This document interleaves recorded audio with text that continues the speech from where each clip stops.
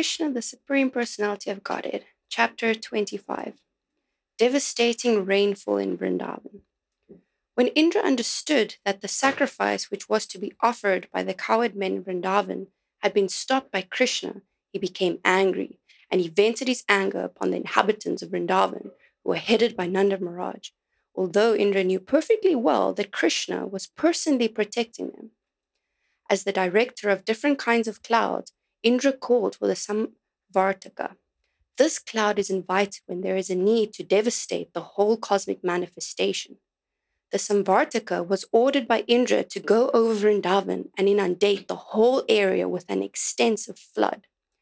Demonically, Indra thought himself to be the all-powerful Supreme Personality. When demons become very powerful, they defy the Supreme Controller, the Personality of Godhead. Indra, though not a demon, was puffed up by his material position, and he wanted to challenge the Supreme Controller. He thought himself, at least for the time being, as powerful as Krishna. Indra said, "Just see the impudence of the inhabitants of Vrindavan. They are simply inhabitants of the forest, but being infatuated with their friend Krishna, who is nothing but an ordinary human being, they have dared to defy the demigods." Krishna has declared in the Bhagavad-Gita that the worshippers of the demigods are not very intelligent. He has also declared that one has to give up all kinds of demigod worship and simply concentrate on Krishna consciousness. Krishna's invoking the anger of Indra and later on chastising him is a clear indication to his devotees that those who are engaged in Krishna consciousness have no need to worship any demigod, even if he is found that the demigod has become angry. Krishna gives his devotees all protection, and they should completely depend on his mercy. Indra cursed the action of the inhabitants of Vrindavan and said, "By defying the authority of the demigods, the inhabitants of Vrindavan will suffer in material existence. Having neglected the sacrifice to the demigods, they cannot cross over the impediments of the ocean of material existence."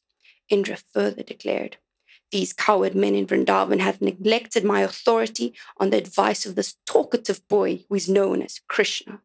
He's nothing but a child, and by believing this child, they have enraged me." Thus, he ordered the Samvartaka cloud to go and destroy the prosperity of Vrindavan. "The men of Vrindavan," Indra said, "have become too puffed up over their material opulence and are overconfident due to the presence of their tiny friend Krishna.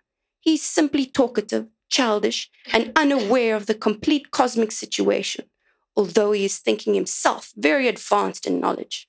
Because they have taken Krishna so seriously, they must be punished. They should be destroyed with their cows." In this way, Indra ordered the Samvartaka cloud to go to Vrindavan and inundate the place.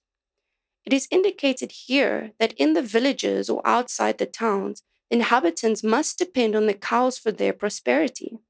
When the cows are destroyed, the people are destitute of all kinds of opulences. When King Indra ordered the Samvartaka and companion clouds to go to Vrindavan, the clouds were afraid of doing this mischief.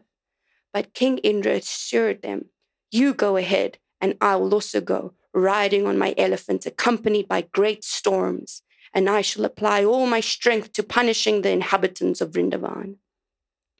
Ordered by Krishna, all the dangerous clouds appeared above Vrindavan and began to pour water incessantly with all their strength and power. There was constant lightning and thunder, blowing of severe winds, and incessant falling of rain. The rain seemed to fall like piercing sharp arrows. By pouring water as thick as pillars without cessation, the clouds gradually filled all the lands in Vrindavan with water, and there was no visible distinction between higher and lower land. The situation was very dangerous, especially for the animals. The rainfall was accompanied by great winds, and every living creature in Vrindavan began to tremble from the severe cold. Unable to find any other source of deliverance, they all approached Govinda to take shelter at his lotus feet.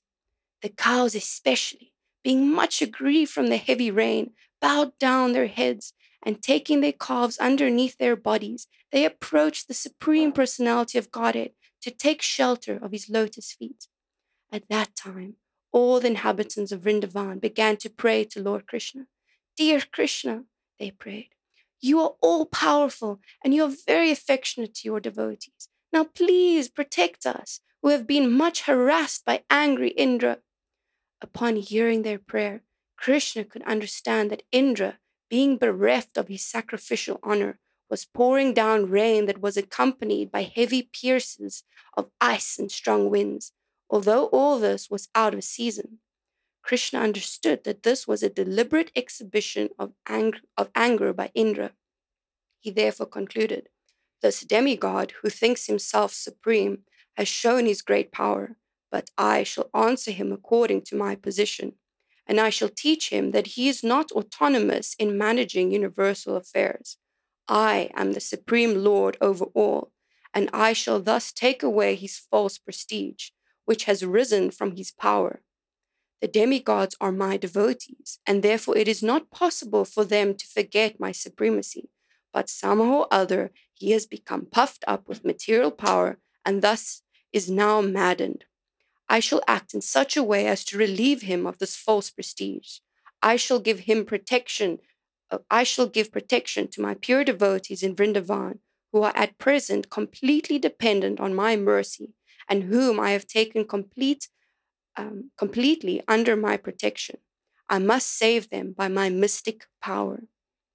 Thinking in this way, Lord Krishna immediately picked up Govardhan Hill with one hand, exactly as a child picks a mushroom from the ground. Thus he exhibited his transcendental pastime of lifting Govardhan Hill. Lord Krishna then addressed his devotees. My dear brothers, my dear father, my dear inhabitants of Vrindavan, you can now safely enter under the umbrella of Govardhan Hill, which I have just lifted. Do not be afraid of the hill and think that it will fall from my hand. You have been too much afflicted from the heavy rain and strong wind. Therefore, I have lifted this hill, which will protect you exactly like a huge umbrella.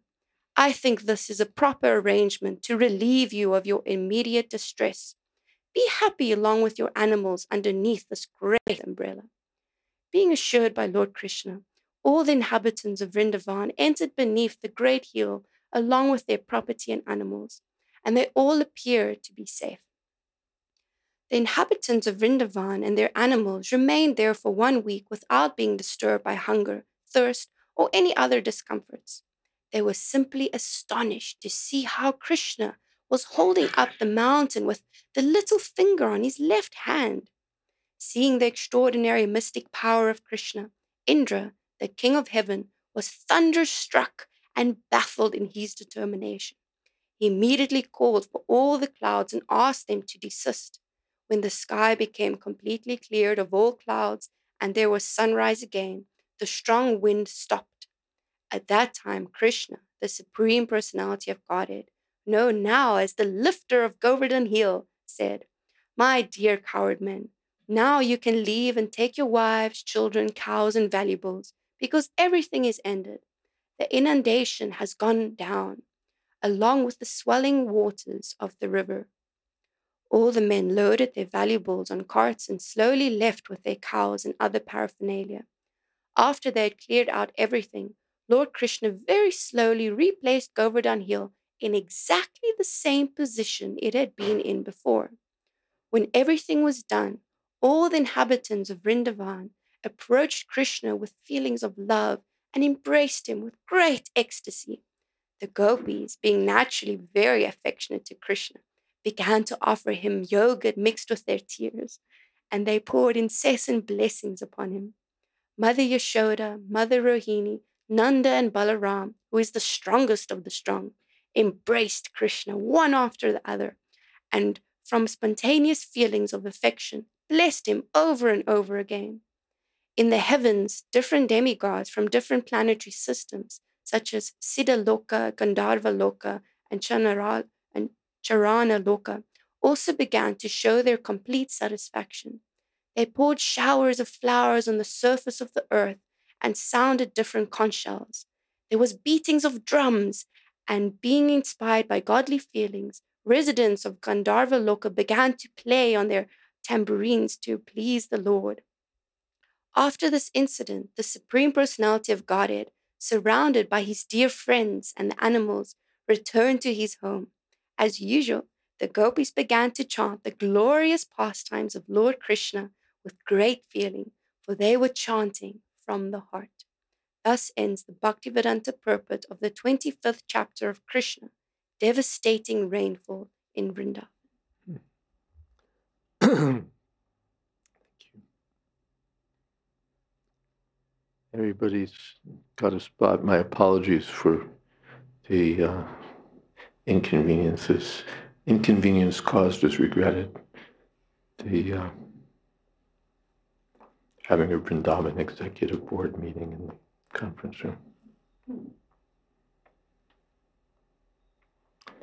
Om Jnana Timirantasya Gyananjana Shalakaya Chakshurn Miditam Jena Tasmai Shri Gurave Namaha Shri Chaitanya Manobhistam Sthapitam Jena Bhutale Swayam Rupakada Mahyam Tadati Shapadantikam Pandehang Shri Guru Shri Jatapada Kamalang Shri Gurun Vaishnavamscha Shri Rupam Sagrajatam Shahagana Raganatan Vitam Stam Sajivam Sadvaitam Savadhutam Parijana Sahitam Krishna Chaitanya Devam Sri Radha Krishna Padan Shahagana Lolita Sri Vishakhan Vitamscha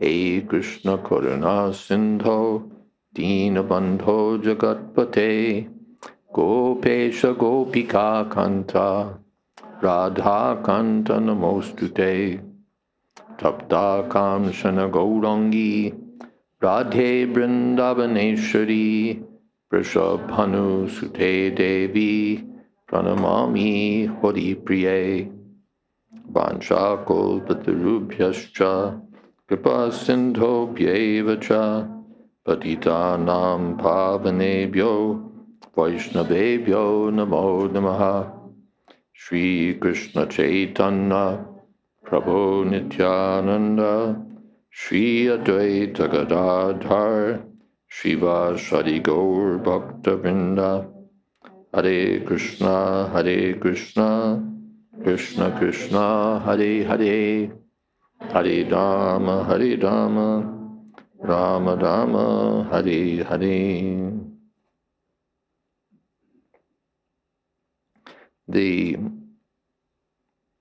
This is the Indra's response to Krishna's having stopped the Indra Puja.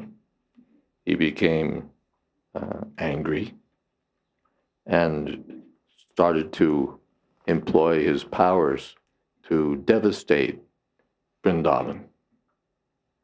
He's in charge of clouds and rain and so on. So he decided to wipe out Vrindavan. They've insulted me with their impudence. They're simply inhabitants of the forest, and they're just infatuated with their friend Krishna, who's an ordinary human being. And so now they're even defying the demigods. Who do they think they are? So in this way, he became angry.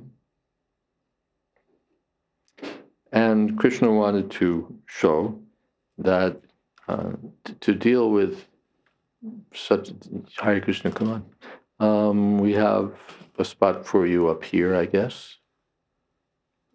There's a spot here next to Matthias.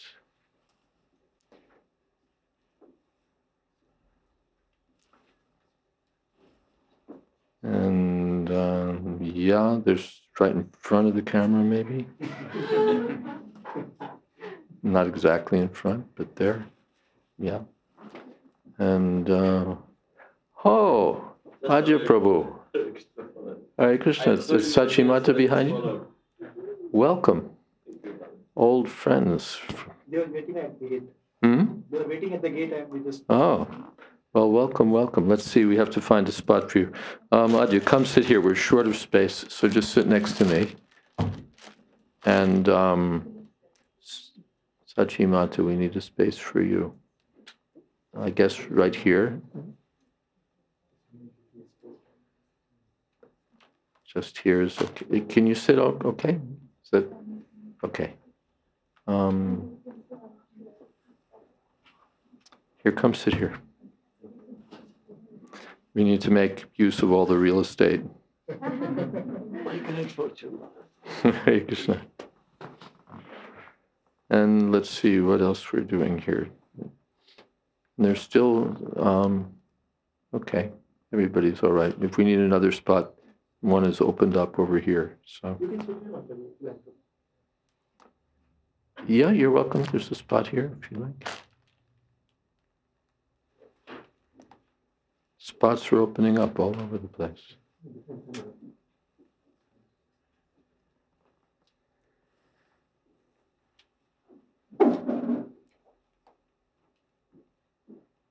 Try. Hare Krishna. Okay. Good.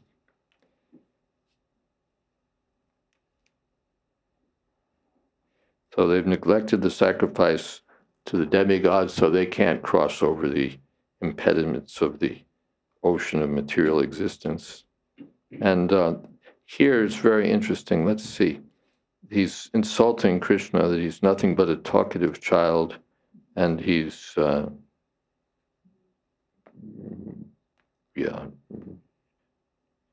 tiny. He's talkative, he's childish, he's unaware of the cosmic manifestation. He's, they're listening to him.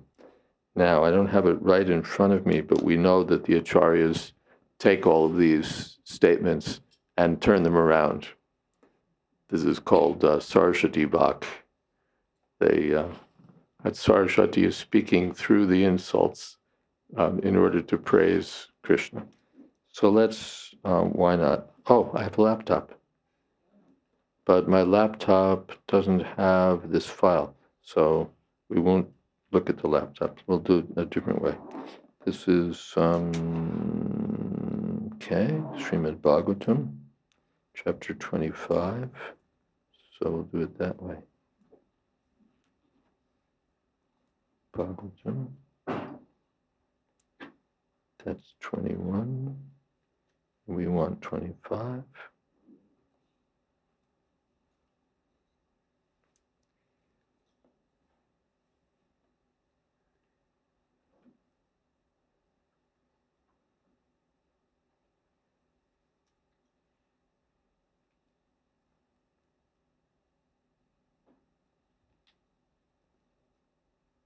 Let's see.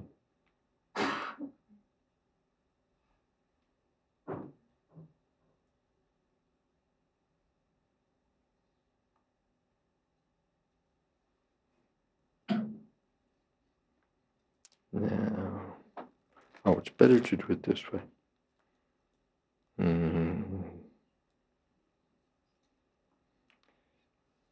This one app is good for everything, but you can only do one thing at a time.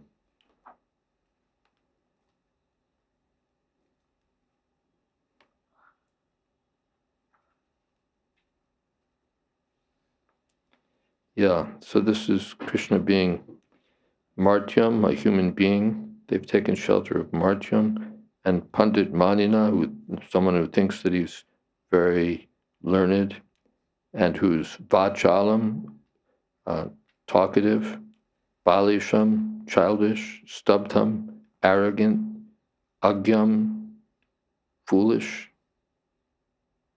And let's see. According to Srila Sridhar Swami, through the insults of Indra, Goddess Saraswati is actually praising Krishna. He explains, Vachalam, talkative, means one who can speak according to Vedic authority. Balisham means free from pretension, just like a child. Stubtam means that he bows down to no one because there's no one for whom for him to offer homage to. I'm not quite sure how that's derived, but that's what he says it means. Agyam means there's nothing more for him to know. Agya, because he's omniscient. Pandit Manina means he's highly honored by the knowers of the absolute truth. So they take it, Indra's intention was Pandit Manina. He thinks he's a Pandit. He thinks he's learned. But Manina also means honored. So Pandita Manina means he's honored even by all the great knowers of the absolute truth. And he's just a child, Krishna. Krishna means he's the supreme absolute truth. And Martyam means, although he's the absolute truth, he nonetheless appears as a human being for the affection of his devotees.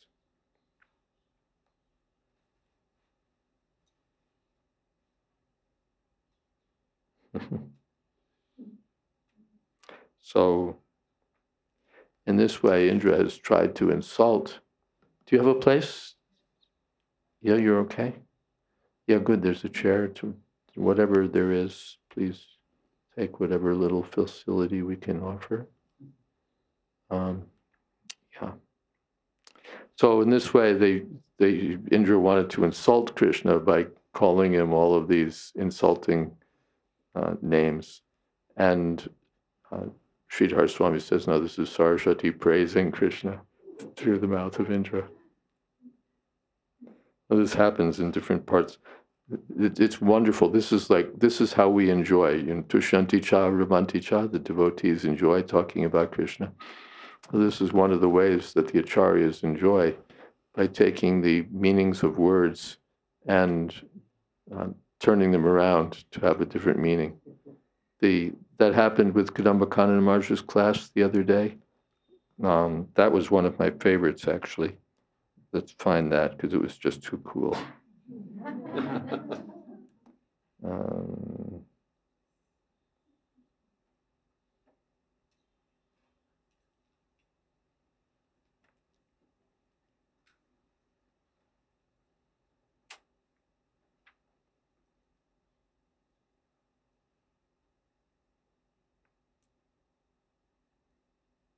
Yeah, this is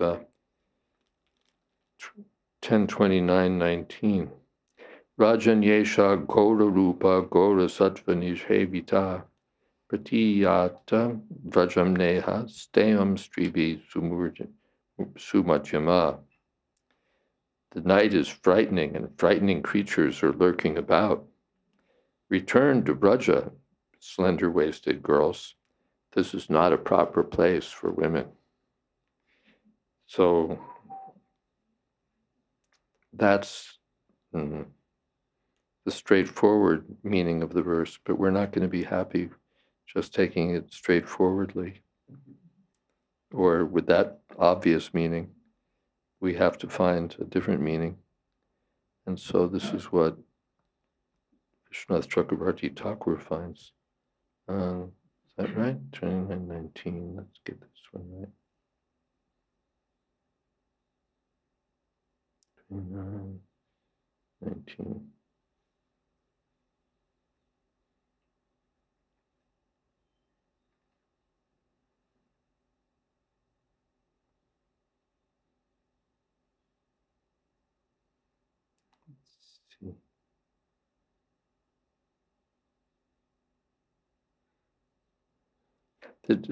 There's so much here that it's a little bit. Now let's take it from here.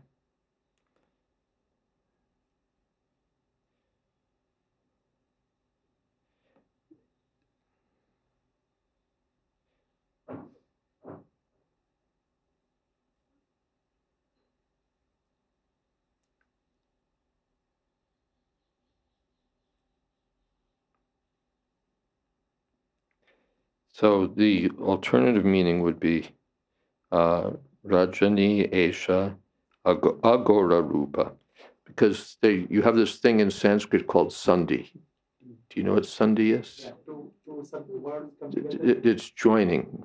These are rules of flow. Actually, they're rules of sonic flow of what's a good word for it? Yeah, to make the sounds flow right. Like we have a cow, but an insect.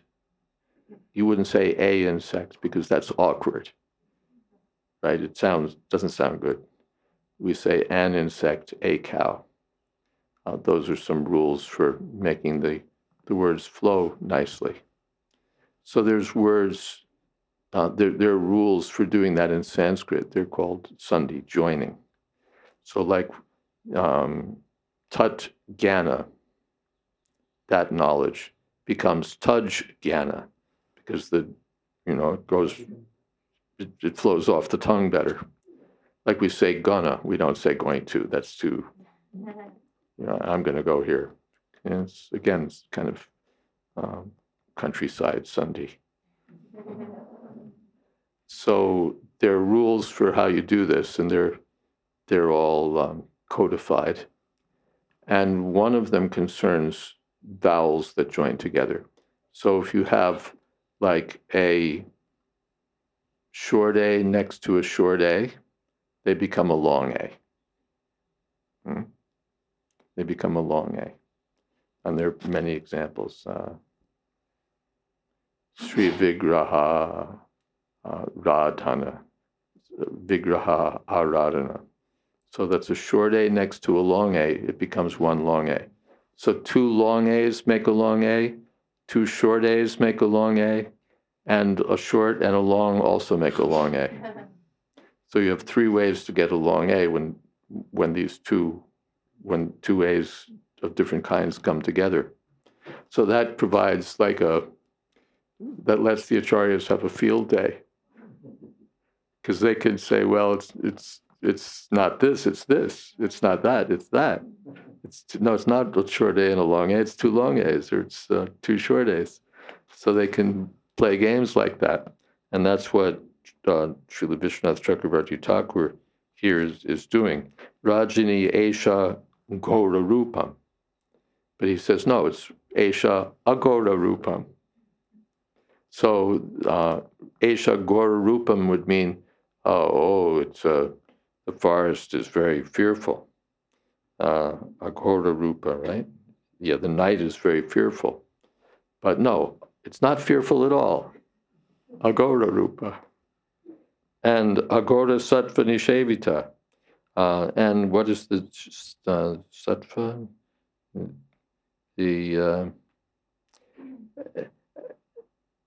And the animals are not at all frightening. There's deer and there's cows and there's nice animals here. So it's Agora Rupa and Satani Shevita and Pratiyata Vrajam Na Ihasteham. Now this is going to be really too cool. So there's harmless creatures like deer, Agora Sattvai, and so the night shouldn't frighten you at all. Don't worry about that.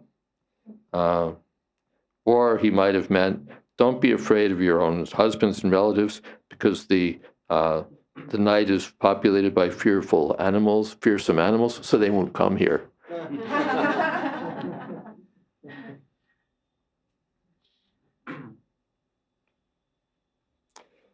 And then he says, this is my favorite. Pratiyata vrajam na iha stayam. Pratiyata means go back. Please return. Pratiyata vrajam, go back to Braja. Na iha, not here. Stayam. Don't stay. Staya means stay. Don't stay here. Na iha stayam. But Chakravarti Thakur takes it as, please do not go back to Braja, not Pratiyata, but stay here. Iha stayam. So he's moved the na around so that it goes with pratiyata, because in Sanskrit you can do that. It's not exactly where it sits, it's kind of how it sits. So he says the na goes with pratiyata. Don't go back. Ihasteyam. Stay here. Not na ihasteyam. Stay here. Don't go back. Instead of go back, don't stay here. He's reversed it.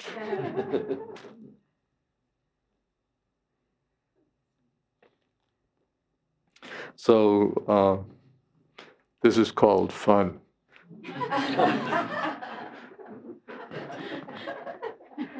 The acharyas were just, you could see, enjoying like anything, taking these statements from Srimad Bhagavatam and seeing different meanings. Like Chaitanya Mahaprabhu, he took the Atmarama verse and analyzed it so many different ways, taking different meanings. Atma can mean this, Atma can mean that, Atma can mean this, and you put it together this way and this way. So this is the business of experts in Sanskrit grammar, how to derive so many meanings. So you can do that with any verse, like Atmarama's Jamuniya. When you get to verses like these, describing Krishna's pastimes, then you can really relish, because you can find so many different meanings that are tasty meanings that reflect Krishna's inner intentions. There's the outer, outwardly he's telling them, no, don't stay here, go back to Vrindavan. But inwardly he's telling them, don't go back to Vrindavan, stay here. So similarly, coming back to the topic at hand, the Indra thinks he's insulting the Krishna, but in fact, he's praising Krishna in different ways by saying he's expert in speaking the words of the Vedas. He's honored even by the Pandits and so on. So that's, again, the acharyas taking pleasure in seeing how these things can be understood in different ways. So Indra sent the Samvartak cloud.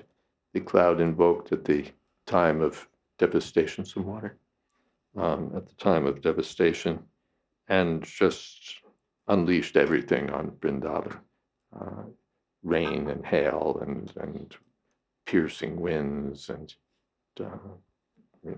as Prabhupada says, devastating rainfall. This is the kind of, what like we see in sometimes in the news, that some city or some part of the country has been wiped out by powerful winds and rain and floods and all of that. So that's what Indra did to Vrindavan. He just, released both barrels, he just gave it full force and sent the clouds ahead, don't worry, I'm coming, so you can go there and do all of this.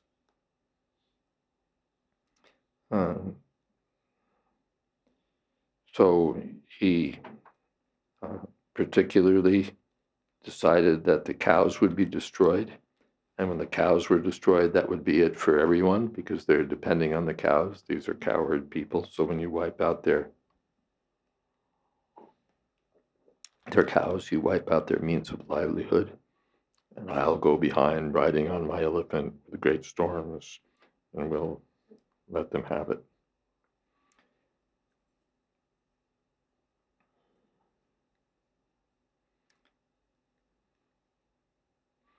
So then Krishna saw that this Indra has become puffed up, but as Prabhupada said, to deal with Indra is the business of my little finger. So Krishna, with that little finger, picked up the Govardhan hill and held it like an umbrella for the inhabitants of Vrindavan. And then another favorite phrase here is that Indra was thunderstruck.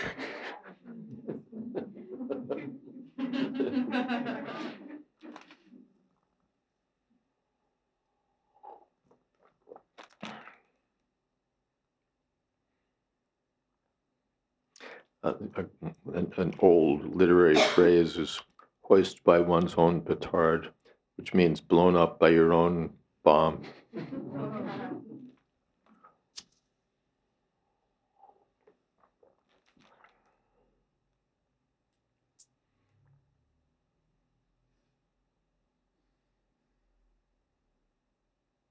And so then Krishna, after 7 days, put the hill back exactly where it was before, and everyone embraced Krishna, and the demigods, as usual, poured flowers and danced and played musics and so on. And the gopis all chanted the glorious pastimes of Krishna with great feeling, because they were chanting from the heart, which is the idea. I'm working on a book of Prabhupada's Kirtan standards, and Prabhupada's just emphasizing that, actually, where I'm reading. He's talking about different tunes, and any tune. He said, but the main thing is your feeling.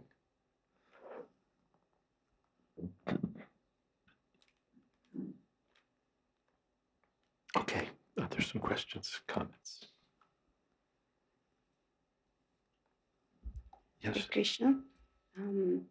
What did the residents of Vrindavan do while they were under the hill?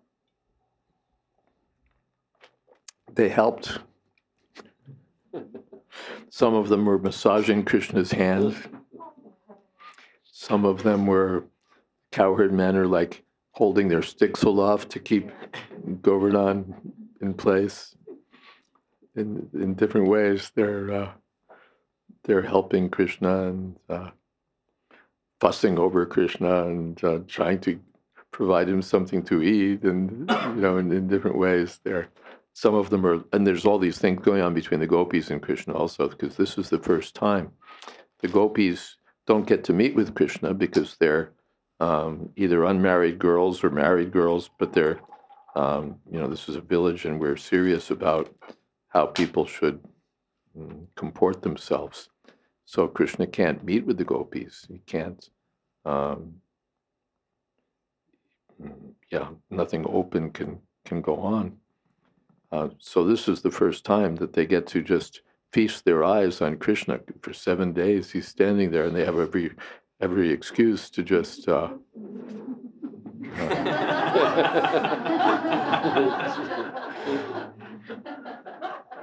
gaze at the beautiful transcendental form of Krishna, and no one can criticize them. So some of that was going on, and yeah.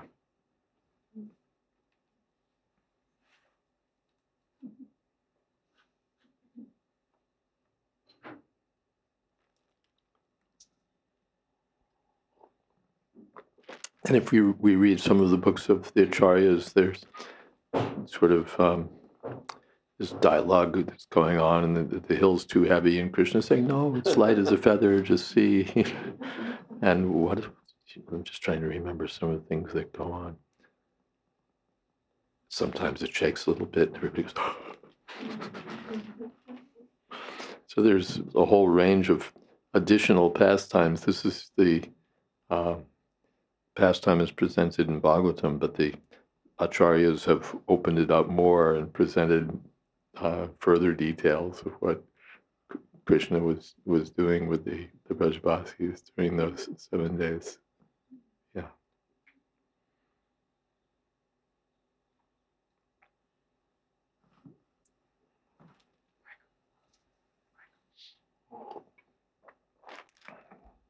Hare Krishna Maharaj. Where do the acharyas get the extra bits of information? Excuse me? Where do the acharyas get the extra Where do the bits that they acharyas left get for- their extra information? Yeah. They have, as far as I've seen, they have two sources. One is they look in other Puranas, they look in other Shastras, and they find additional information.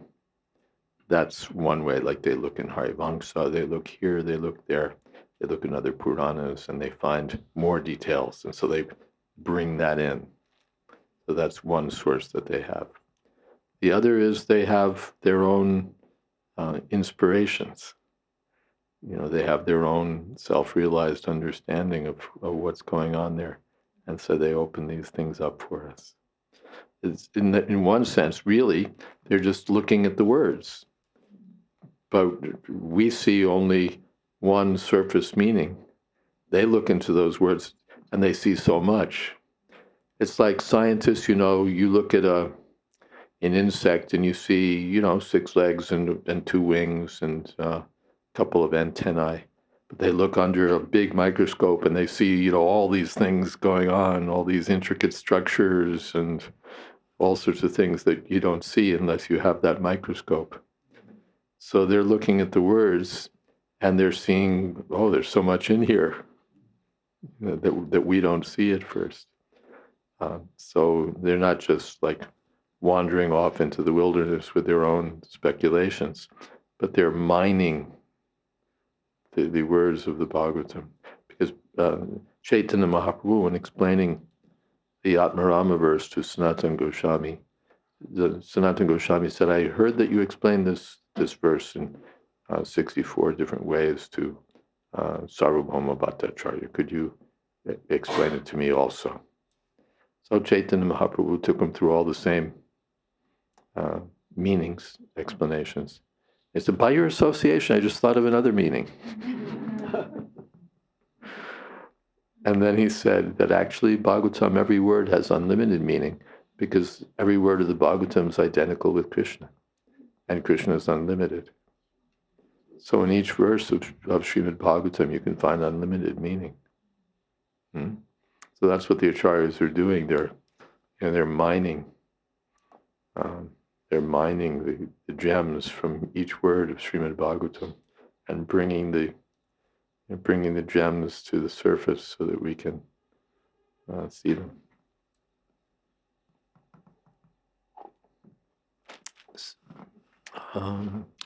Wherever the microphone's going.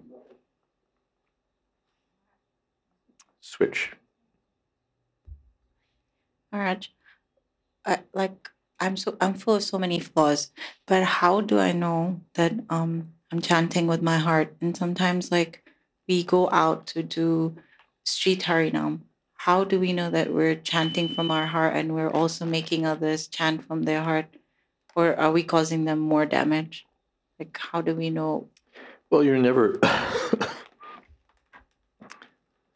causing them more damage. If you weren't out there chanting, they'd just be hearing mundane sounds. So whatever we can do is a contribution. Whatever our lack of advancement or whatever, but we go and we chant and it's wonderful for people. And then if we're advanced in Krishna consciousness, then it's still more wonderful. But whatever we can do is a contribution. So that's the first thing. Now, how do we know? You'll know. When you go out and it's just how many more hours do I have to be? That means your heart's not quite into it.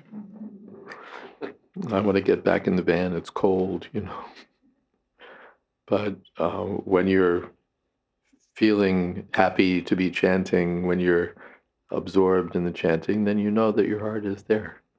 In the Bhagavatam it said, what is it? I think Maharaj also quoted this the other day, that when you're engaged in Krishna consciousness, then just as a person is feeling nourishment and satisfaction by eating, and you also feel that. You feel now I'm full. I don't have to eat anymore. No one has to give you a certificate. Yes, full. Is that okay?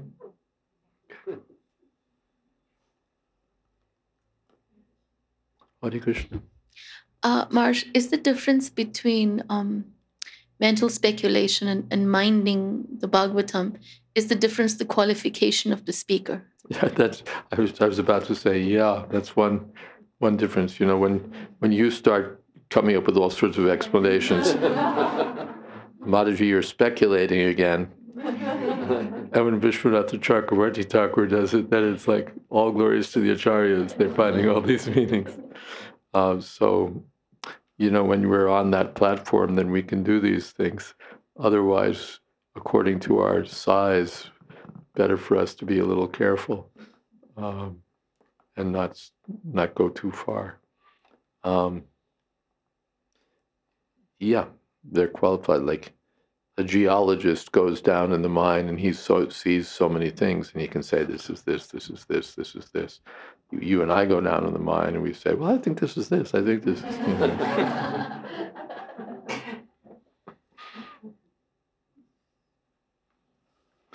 Yes.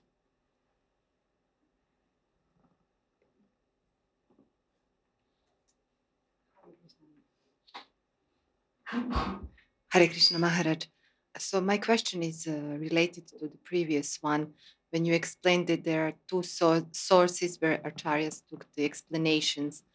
But I also read somewhere, I'm not sure where, that actually because they are Nityasiddhas, they were actually present in those pastimes, so they saw what is going on there. So I'm not sure, is that correct, or it is my speculation? No, that's also there.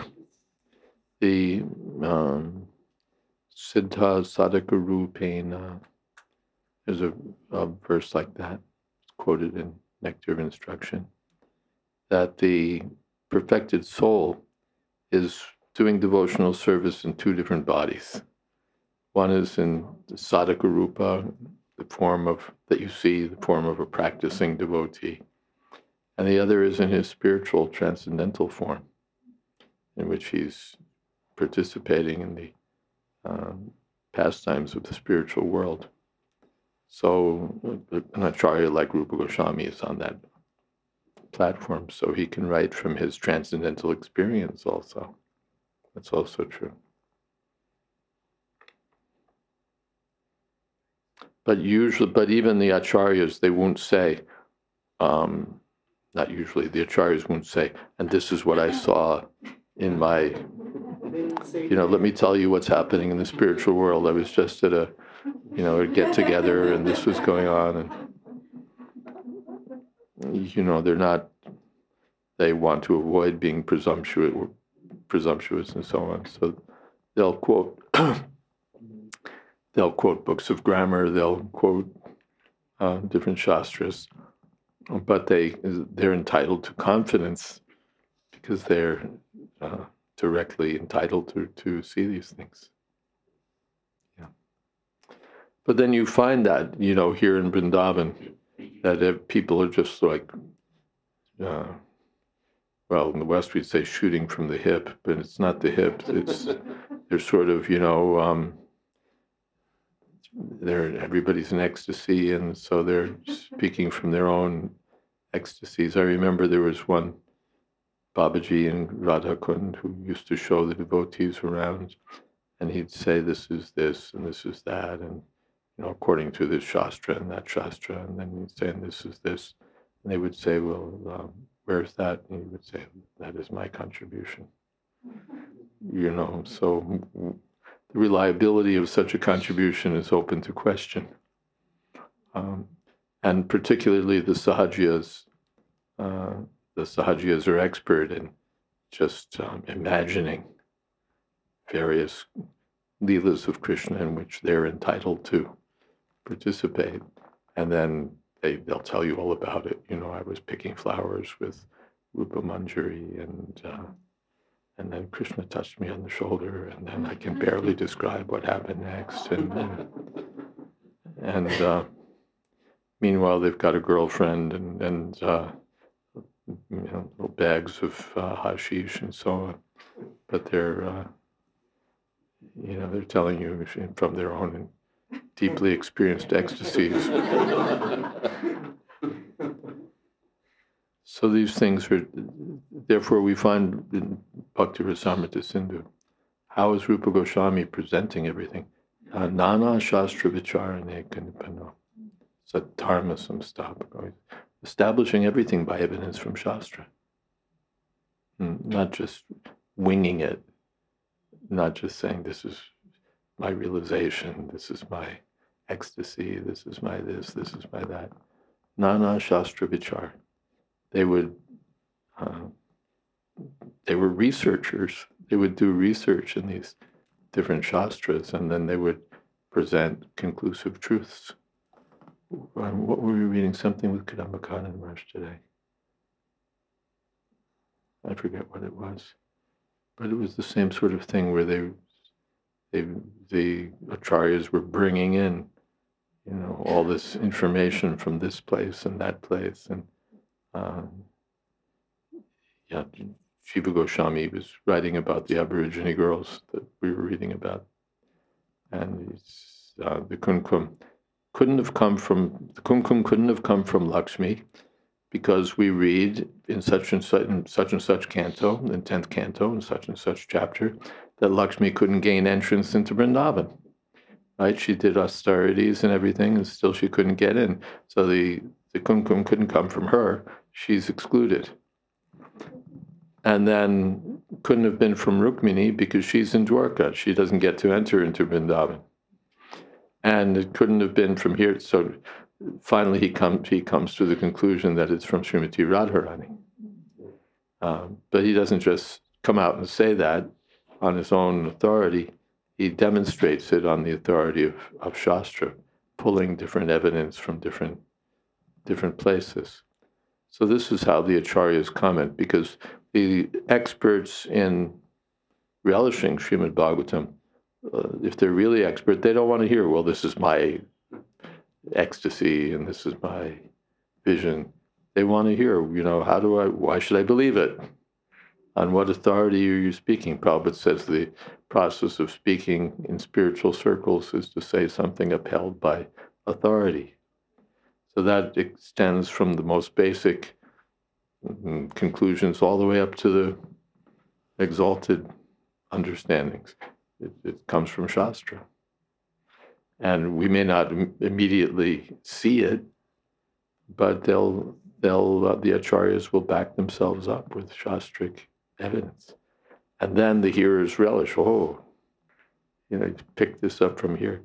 It's like in a good court case, if the lawyer's made his argument, and if he's really expert, he pulls something from this case and he pulls something from that case, and then there's a case nobody would have even thought of, and he's got a quote from that, and it's like, whoa, he just knocked the ball out of the park, as they say in American baseball. So that's how you make the judge blink in the court. You just have these amazing citations that are so apt and that your opposition hadn't even thought of. Or if they had thought of them, and it doesn't matter if they've thought or they've not thought, but you've made your case on the basis of authority. And so that's it. It's not just, Your Honor, I don't think this is fair. We don't care what you think is fair. We want to know what the higher courts have ruled, what the precedents are from other cases. Then we'll make our decision. Not just that, my clients are good people and they're being unfairly maligned or something. Show us the Shastra. So that's what the acharyas do. They speak from Shastra. And that way we have confidence. Yes, this is coming from authority. This is backed up. Mm-hmm. Is it that the case with the late work? Please speak in mic. Is that the same with Raghunath Das Goswami? With Raghunath Das Goswami? Yeah, he's everybody. Also pulling up the mm-hmm. Or is he also doing that, giving the statements from the other Shastras, especially in his late work, which I forgot the name. I was reading during Kartik. So, but maybe I wasn't read from the bona fide authority, so I would like to check it out. Well, the first thing is, I've hardly read much of Raghunath Das Goswami. Manashiksha I've read, which is really meant for everyone. But there's highly advanced literature that Raghunath Das Goswami is the Prayojana Acharya, the Acharya in regard to fulfillment of one's perfection in devotional service. And much of his writing, or some of his writing, let's say, much of it probably, is quite advanced and advanced beyond my level.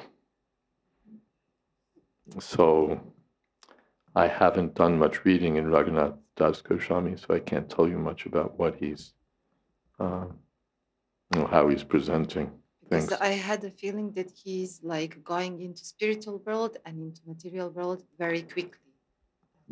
Like, It may be. All the Goswamis, Rup, Sanatan, and so on, they're all entitled, they're all qualified to do that. They can see how they're experienced in both worlds. But you see Sanatan Goswami, that book I can speak from, Brihad Bhagavatamrita, which is also full of advanced information about our relationship with Krishna. And he tells the story about Gop Kumar, maybe you know, a cowherd boy who gradually advances step by step and comes to Vrindavan and goes to Vrindavan in the spiritual world and meets Krishna. And so many things are there. And you read it and say, is he imagining all these things? Or, where's all this coming from? But Sanatan Goswami's written his own commentary on the book. An auto commentary that he himself has written. And there you find all the proofs. Where's this coming from? So, Nana Shastra Vicharane Nipano. He's capable of understanding everything as a perfected soul. And yet he presents things according to Shastra. Even Krishna, in the Bhagavad-Gita, 13th chapter, Brahma Sutra Padaischaiva Hetumadbhi Vinishchitai. In Bhagavad-Gita, Krishna is dealing with the subject matter of the nature of the soul, the nature of the material energy, and so on. And he says, all of this has been explained by different authorities, especially in Brahma Sutra, Vedanta Sutra. Hetumadbhi, with all logic as to cause and effect. Brahma Sutra Padaischaiva, this has all been described in the verses of the Brahma Sutra. So Krishna is the Supreme Personality of Godhead, and yet he's quoting Vedanta Sutra as a source of authority.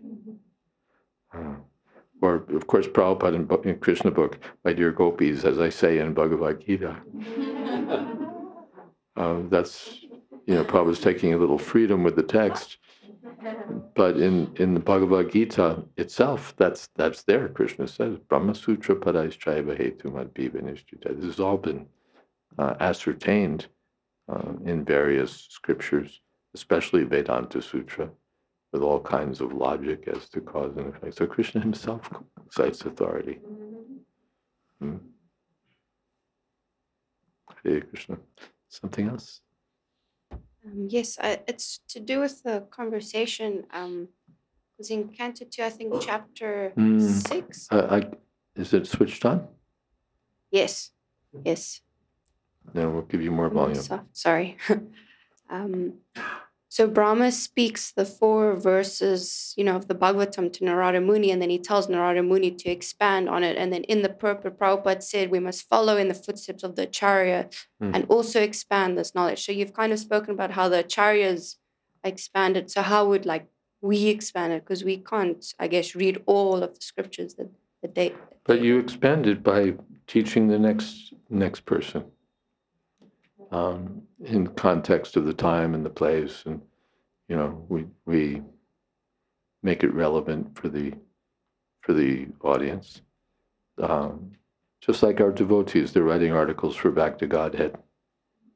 They're writing books, so they're not just cutting and pasting from Shastra, but they're taking conclusions from Shastra and quotations from Shastra, and then representing them in some context. An article about this, an article about that, an article, but really it's just Like Prabhupada, he wrote an article about matter and antimatter. So really, he's just representing the conclusions of Srimad Bhagavatam, but in a modern context. In a modern context.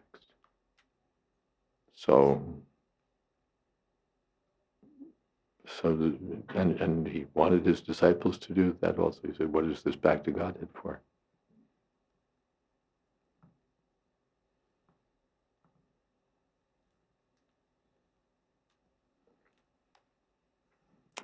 Something else?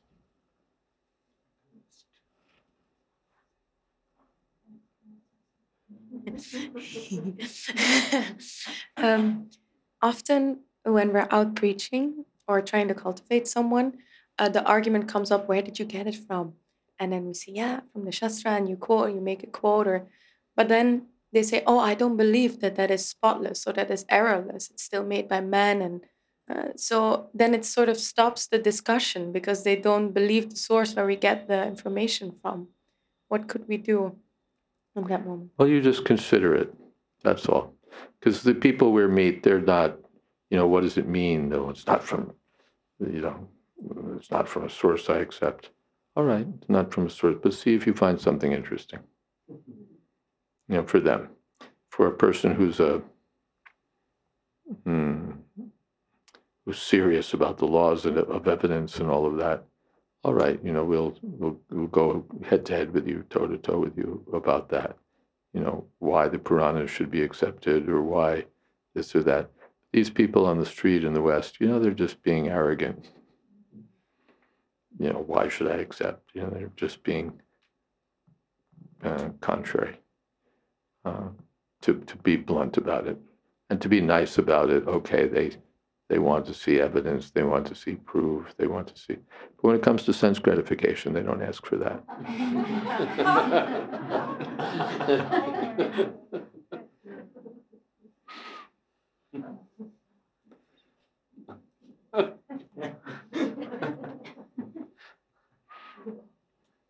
So we have to coax them along. That, all right, wherever it comes from, but you'll find it interesting, just on its own strength. Just read it and see what you think. There's, really good ideas here. One way or another, you take it.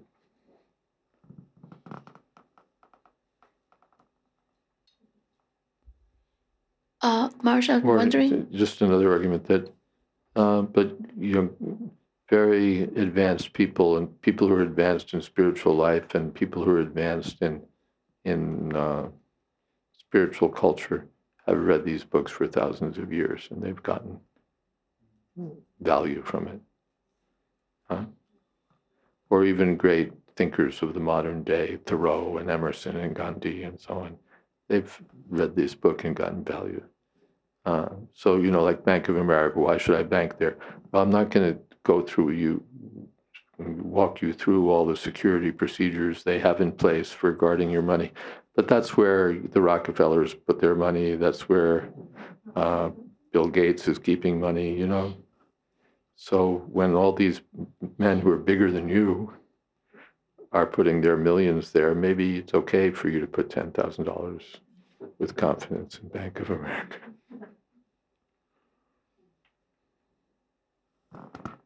Yes. Marsh, I'm thinking about the Saraswati Vrat and the reason for it. Is it that because the devotees can't bear hearing Krishna blasphemed?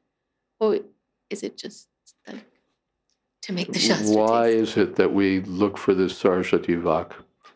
Is it that the devotees can't bear reading blasphemy of Krishna? Or, I'm not there in the minds of these acharyas. I suspect that they're really just, as we say, grooving. That they're just enjoying like anything. That's my suspicion, because it's so cool, the things that they do.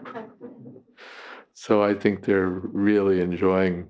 They have knowledge of grammar. They have knowledge of all these laws of composition, and now they're able to use them all to glorify Krishna. So I suspect that they're just enjoying like anything. And especially since, yes, they're defending Krishna's honor, they're sort of joining forces. Indra, take that, you know.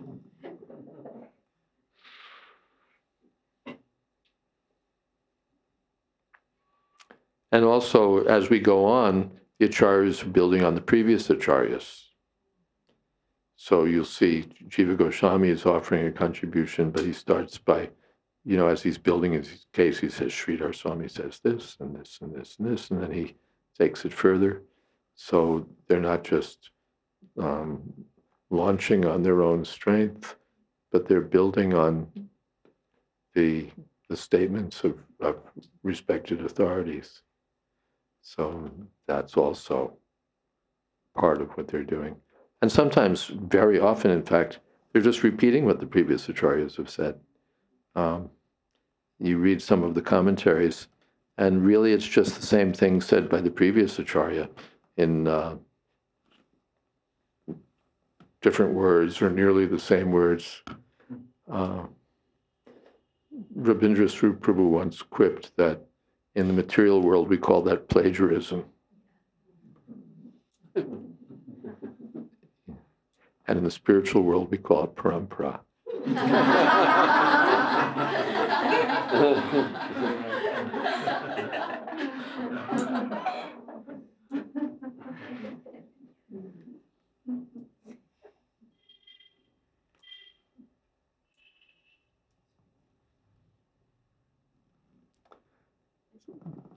Something else?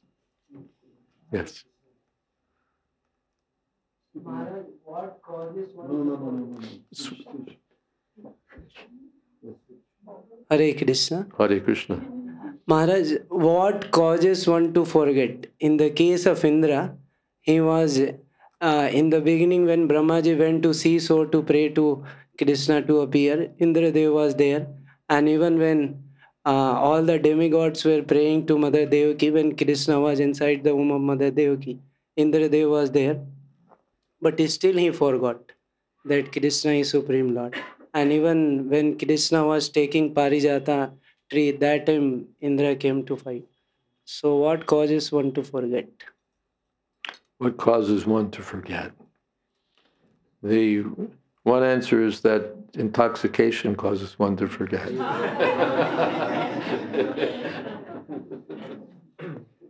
Indra becomes intoxicated by false pride, by opulence, bhogaishaya prasakdana, by pride. And so he thinks that, you know, I riding on my elephant shoulders, and becomes proud. So that causes one to forget.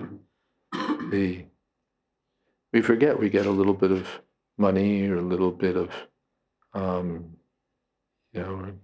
a young girl smiling at us, or we get a little, a few sips of wine or something, and pretty soon we think we're demigods, and we forget, that we're just poor, miserable, suffering souls.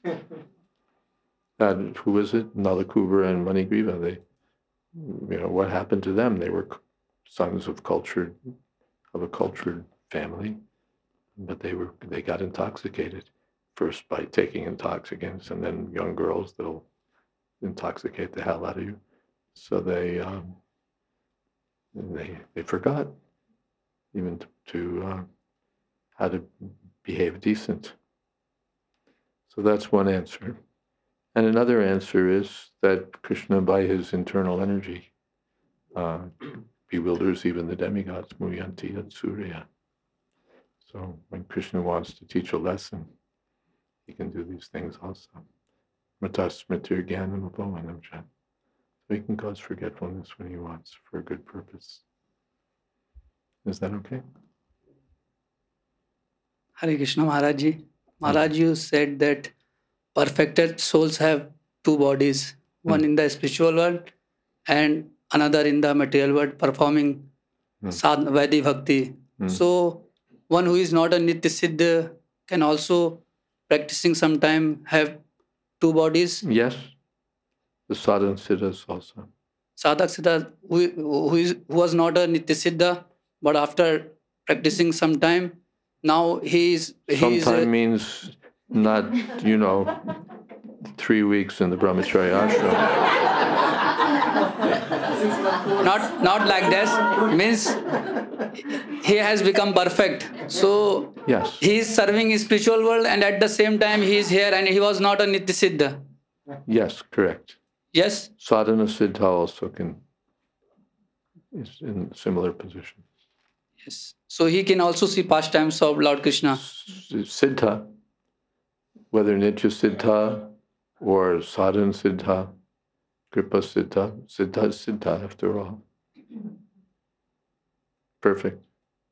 How you became perfect, that's another question, whether you're eternally perfect or you gained perfection by practice or had perfection bestowed upon you, but you're perfect. If you're perfect, you can occupy the post, as it were.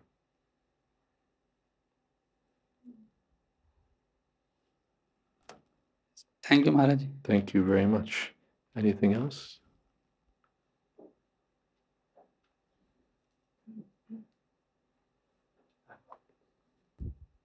Hare Krishna. Marsh, on Indra's forgetfulness, okay, there's the aspect that it could be Krishna's arrangement, but besides that, is it that he doesn't recognize Krishna? Because they approach Vishnu, is it that they don't recognize Krishna as a supreme? That's also there, that Brahma was thinking that how could he be the Supreme Personality of Godhead? He's just a little kid with some yogurt and rice in his hands. And Indra's thinking he's just a talkative boy in this village, and they're all listening to him and giving him great importance. So otherwise, Indra knows that Lord Vishnu is the Supreme Personality.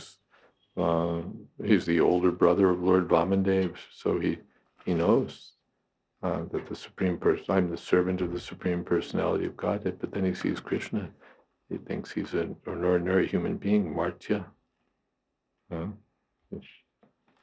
a human being and becomes bewildered. But then does it mean that when the demigods accept the Supreme Personality of Godhead, they may not see as Krishna the original person, they're accepting Mahavishnu or... Yeah, they may not, even the demigods may not know that Krishna is the Supreme Personality of Godhead. They may know, they may not know.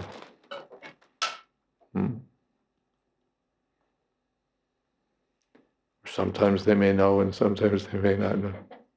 As you said, Indra was there when offering prayers when Krishna is within the womb.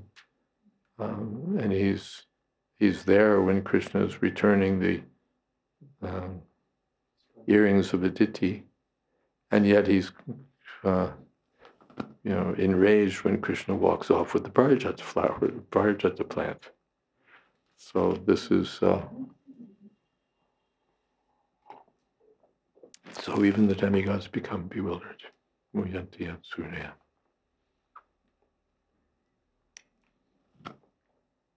Shall we stop here and have kirtan? And we have a mridanga here someplace. Thank you. Right there, okay.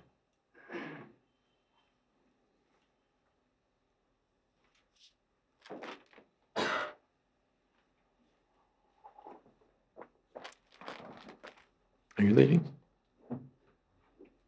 Okay. Oh, then I can.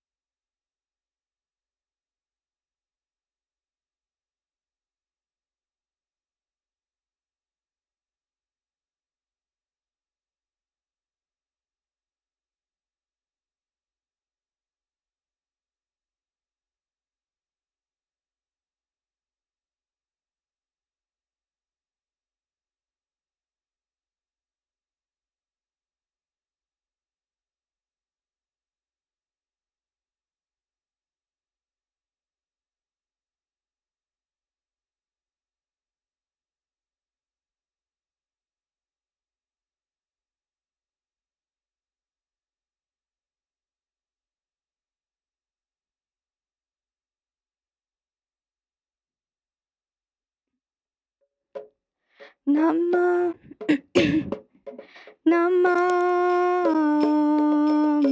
Vishnupadaya Krishna Pristaya Bhutale Srimate Bhakti-Vedanta Swami Iti Namine.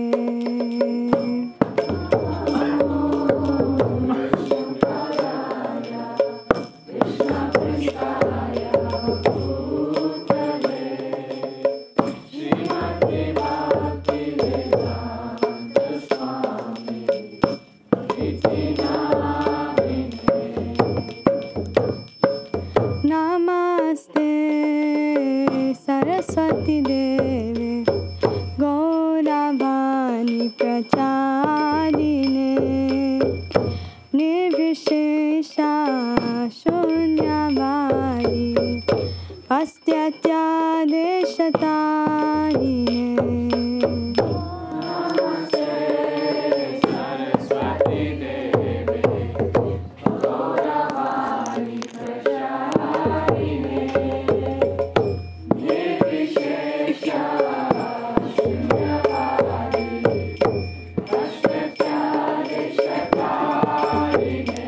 Jaya Shri Krishna Chaitanya Prabhu Nityananda Shri Advaita Gadadhar Shivasadi Gaur Bhaktavinda.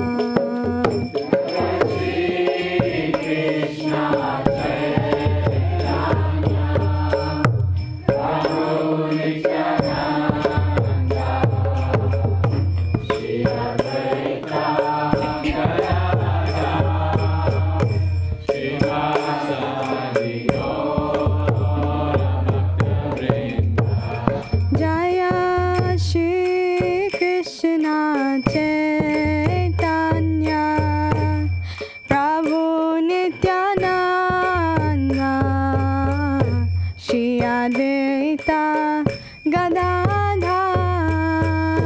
Shivasadi Gaur Bhaktavinda.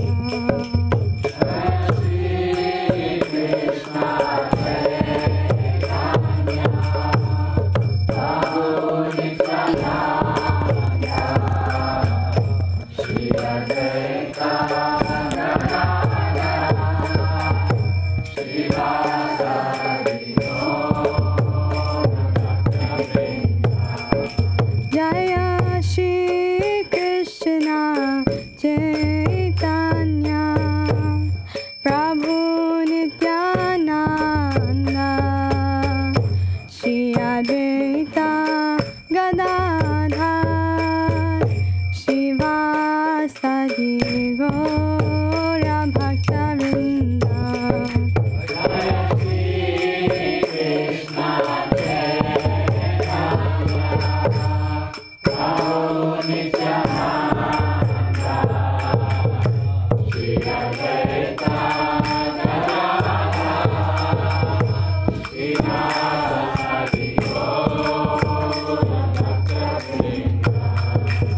Hare Krishna Krishna Krishna Hare Hare Hare Rama Rama Rama Hare Hare.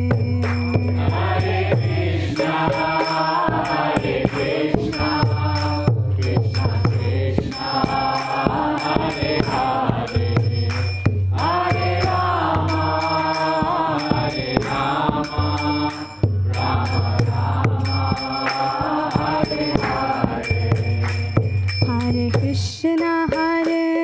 Krishna Krishna Krishna Hare Hare Hare Rama Rama Rama Hare Hare.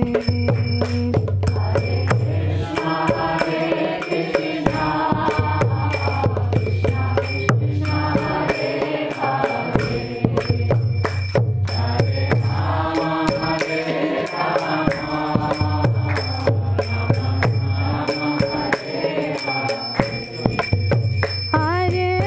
Krishna Hare Krishna Krishna Krishna Hare Hare Hare Rama Rama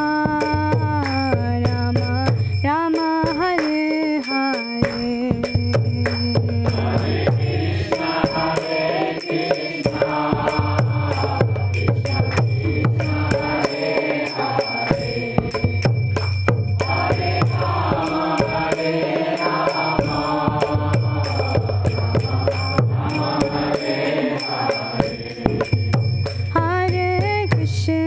Hare Krishna Krishna Krishna Hare Hare Hare Rama Rama Hare Hare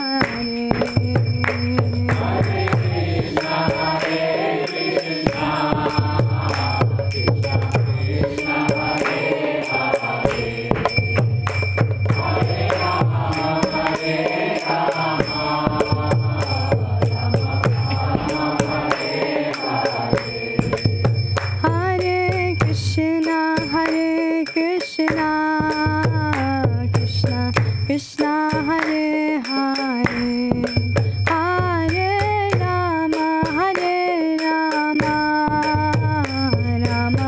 Rama Hare Hare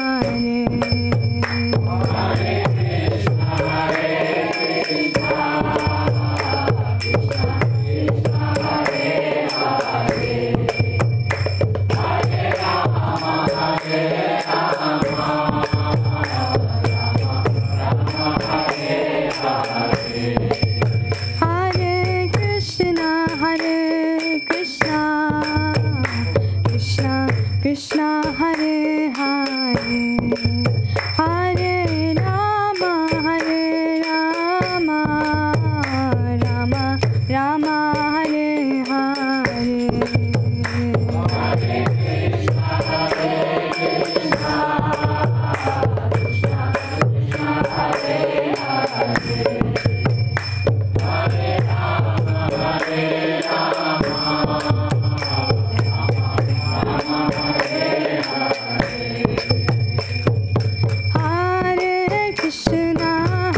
Hare Krishna Krishna Krishna Hare Hare Hare Rama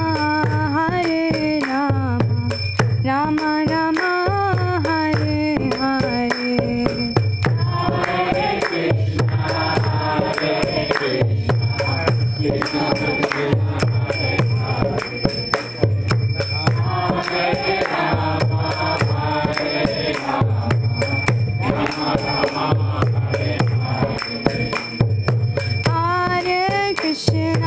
Hare Krishna Krishna Krishna Hare Hare Hare Rama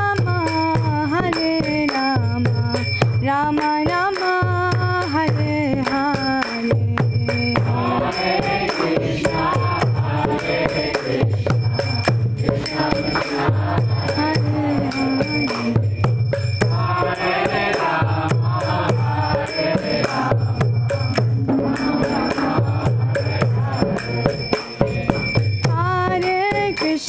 Hare Krishna Krishna Krishna Hare Hare Hare Rama Rama Rama Hare Hare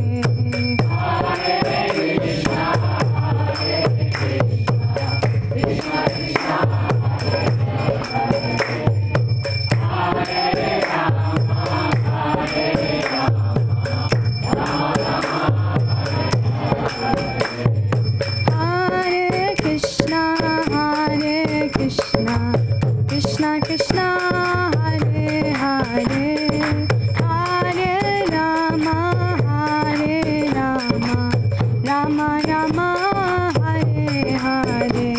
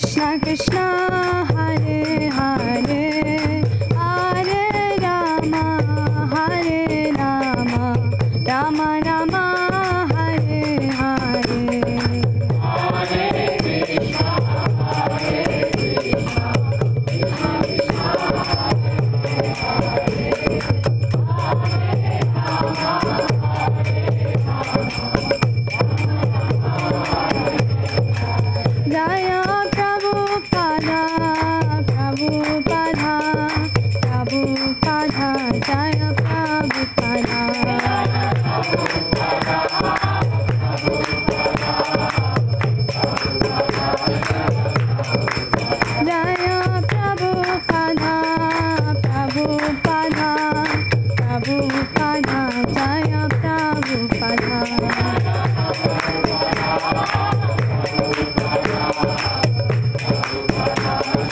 Nitai Gora Hari Bol, Hari Bol, Hari Bol, Nitai Gora Hari Bol.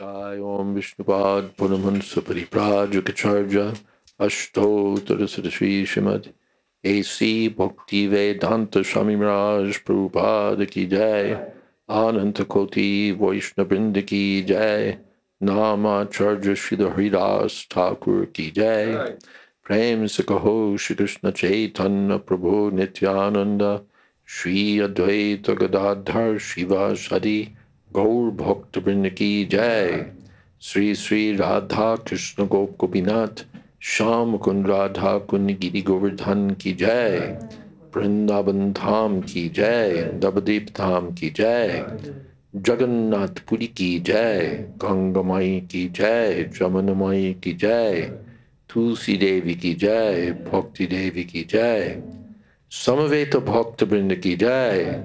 All glories to the assembled devotees. All glories to the assembled devotees. All glories to the assembled devotees. Gaur Premanande. Hari Hari Bol.